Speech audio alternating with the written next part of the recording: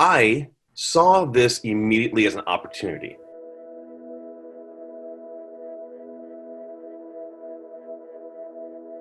I was directing High School Musical, and we had to transition to virtual everything 2 weeks before the show was supposed to open.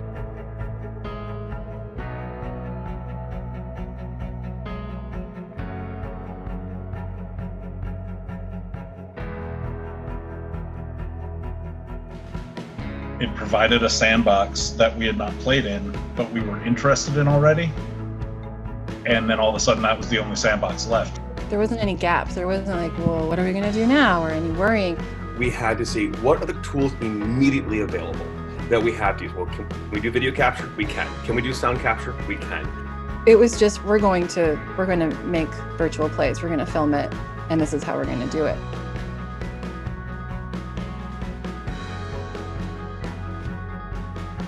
With all my skills at the time, I edited Steel Magnolias and High School Musical into 2 virtual shows. And those were very basic, honestly. It was about cropping in Google Meet videos and kind of doing a composite shot if there was ever 2 people on screen at once.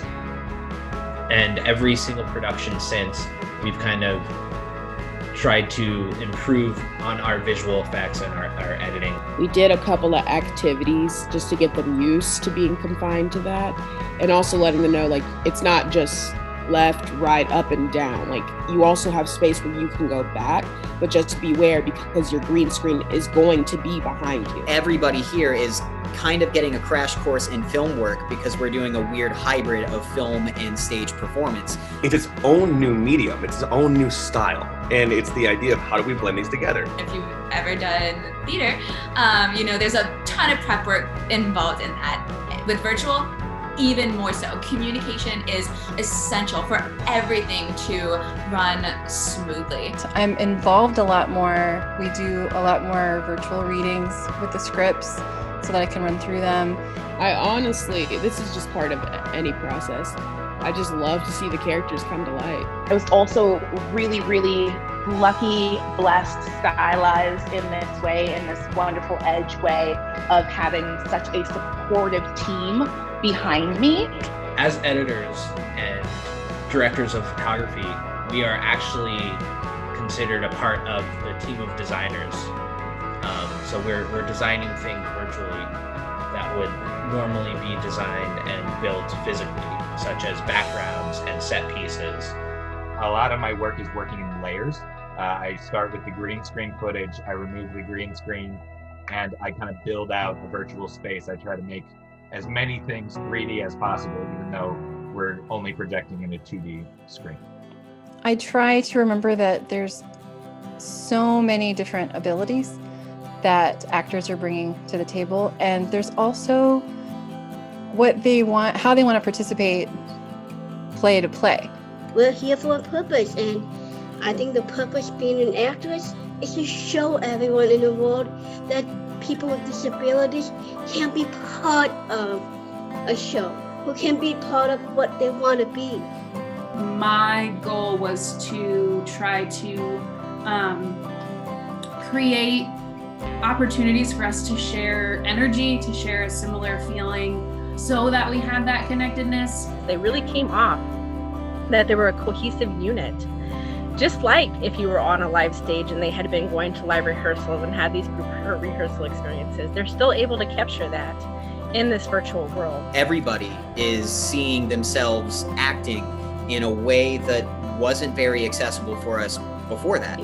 I didn't think of any limitations because I don't see limitations when I work with the Constellation Project. We watch things on TV all the time, and to think that we're up there on the screen and the actors and the production team and I can look at it and be like, that's not any different than something being on Netflix. In the space it took most people to do 1 virtual production, we did 9. And it's been fantastic, not only for me as a director of the company, but also for me as a parent, because my kids have gotten so much out of it. And I don't know how we would have gotten through this if we hadn't had Edge.